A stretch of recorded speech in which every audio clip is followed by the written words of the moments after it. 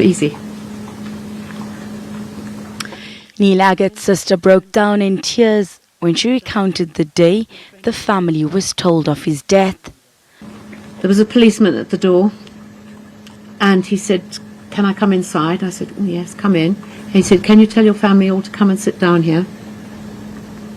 Which we did, not my children, my husband and myself. And he said, "I've got some very bad news for you. Your brother Neil Aggett has died."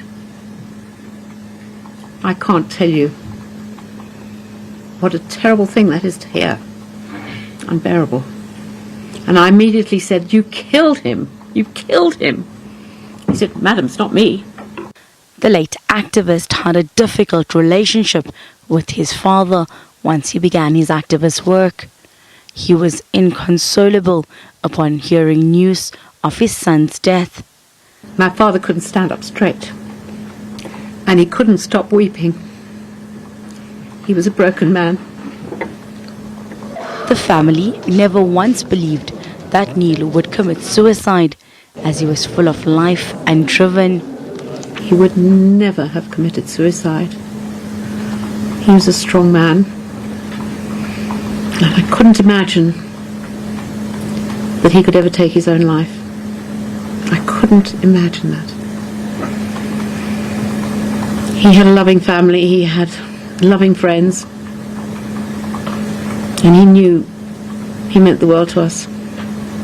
Berger believes the police at the security branch were responsible for Aggett's death. I believe that Neil was severely tortured, and I think there's been a lot of evidence pointing to that fact. And I think, and this is my thoughts, that he was so severely tortured that accidentally he died. They killed him. One of the lawyers at the 1982 inquest recalls the type of torture that Aggett and other detainees faced. We had no evidence of direct murder.